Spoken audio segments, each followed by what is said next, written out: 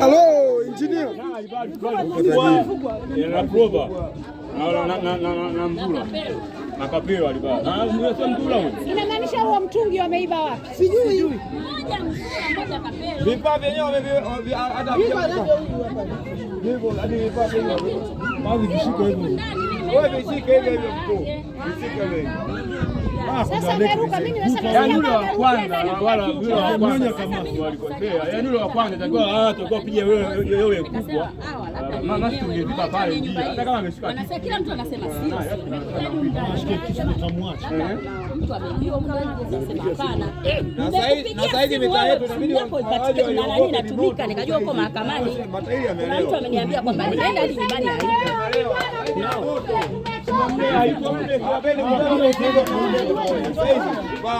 matairi ameshalewa sasa hizi, matairi yenyewe amelewa, yote yamelewa.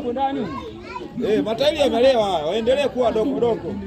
Watoto wenyewe wadogo mwe. Matairi yamelewa. Wao, kwani wadogo ndio wabaya. Hao ndio wakutia